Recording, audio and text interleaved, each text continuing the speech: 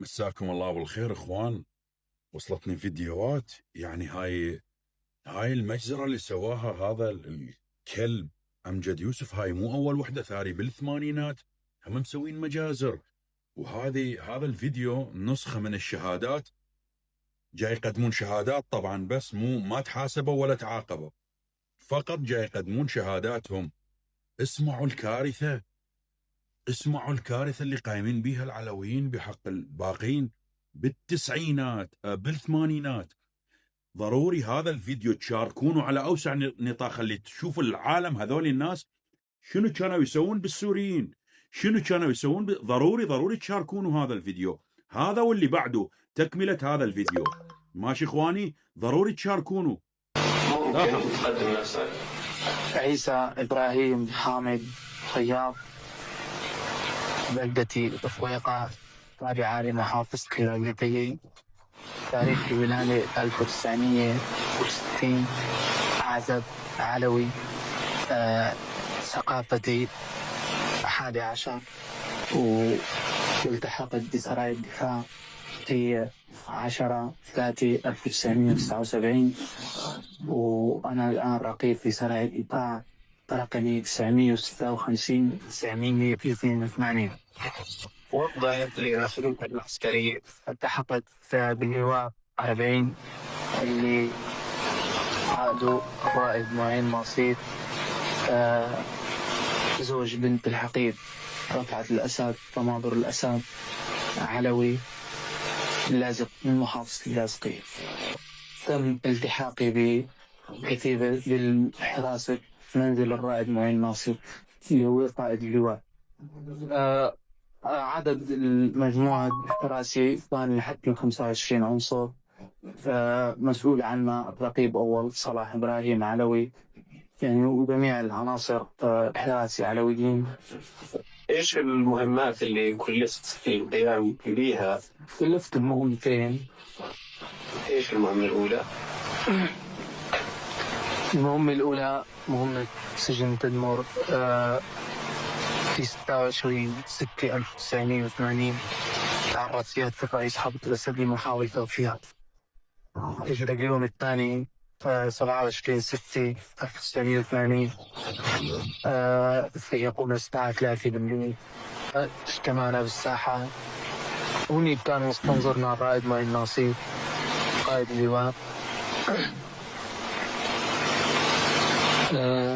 ألقى فينا كلمة، قال هلو عصابة الأخوان المسلمين معهم يفرقوا بين المسلم علوي ومسلم سني ومسيحي، عم بيقتلوا الشعب، ومبارح حاولوا اغتيال الرئيس. لذلك اليوم راح تقوموا بهجوم على أكبر وكر لهم وهو سجن تدمر. قال مين ما بده يقاتل ما حدا رفع ايده، امر العسكري. فقال نطلعوا بالسيارة، طلعنا بالسيارة مجموعة قدره 82 واحد تقريبا، ووصلنا لمطار المزي القديم. كان باستنظارنا مجموعة من اللواء 138 تحت أمرية سرايا الدفاع لقائد المقدم علي ديب علوي من اللاذقية. وكان موجود باستنظارنا 10 سيارات هليكوبتر. طلعنا بالطيارات بقيادة قائد العملية، يعني اللي هو قائد أركان اللواء 138 المقدم سليمان مصطفى علوي. وكان معنا صف ضباط، بس كنت بعرف منه الملازم أول ياسر باكير علوي من حمص، الملازم فايف عبد الله علوي، والملازم منير درويش علوي. يعني ثلاثة هدول في اللواء 40. طلعنا بالطائرات واتجاه تدمر. وصلنا حوالي 6:30 الصبح بنفس اليوم.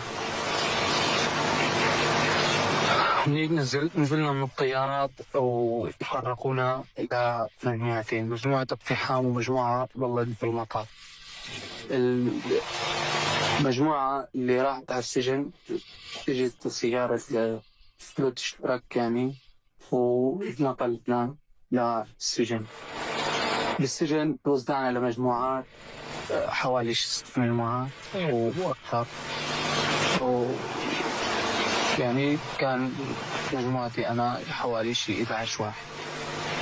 يعني المجموعة الكل اللي تحرك بالسجن حوالي 60 واحد بالشكل. مجموعتي كانت فتيات الملازم منير درويش. فتحوا لنا باب المهجع، يعني السجن بتاع المهجع. دخلنا حوالي 6 لحد 7 فيه. قتلنا اللي فيه كان المجموعة اللي فيها حوالي 60 واحد لحد 70 واحد. سمعت أنا إنه في قتيل. أخذ بارودي من جميلي، بارود من السرايا اسمه اسكندر أطلع نقي. رحت أنا لعنده شفته، واللي في واحد بينادي لي، نادى لي قلت له شو بدك؟ قال لي اعطيني مخزن. قلت له ليش؟ قال لي في واحد لسه ما بدنا اللي موته. قلت له اعطيني بارود ثاق، بما انك وانا اعطيت بارود لزميلي بارود كان خرباني. اخذت بارودته ورشيته، يعني كان مجموعة انا رشيته الكل يعني شو 15 واحد.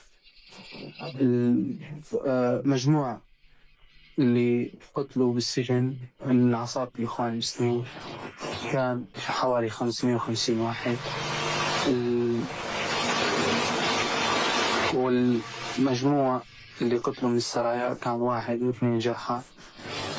وطلعنا صار يوصل ايديه وجرياته، كانوا ملطخين بالدماء. واكثر واحد كان الملازم رئيف عبد الله. أنا سألوا للملازم رئيف عبد الله ليش كنت أفرق المساجين هيك الواحد لوحده. قال امبارح كانوا يقتلوا بإخواننا بحلب بكل مدفعية. كيف يعني يفرق بالمساجين؟ اللي ما ميت يموتوا يفقد فيهم. أيوه.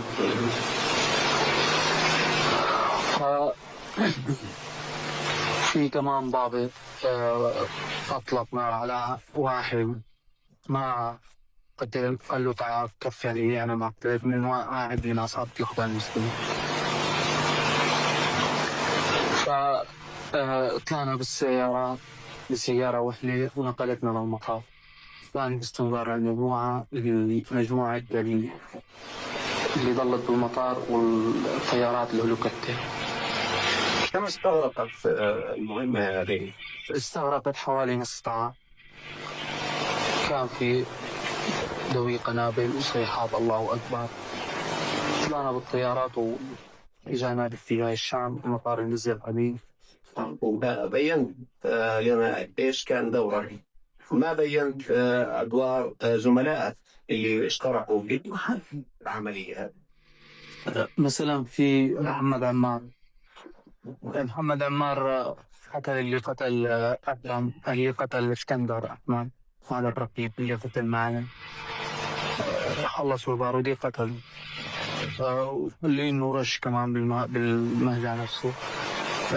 محمد عمار عريف بحراسة منزل الرعب علوي. إبراهيم مونس علوي عريف مجند منطقة مسياب. طبعا قال لي إنه رشيت وعيد، بس ما بعرف يعني شو رش، بس قال لي إنه رشيت. ما حدد عدد معين يعني هي الشيء؟ ما حدد. في إبراهيم كنا كان مع الملازم رئيف عبد الله. إبراهيم كنا عريف مجند علوي من منطقة جبلي حافظ الناس، وكان يفرد مع الملازم رئيف عبد الله المساجين. رجعتوا والله على ابو شرفكم في عناق صيد.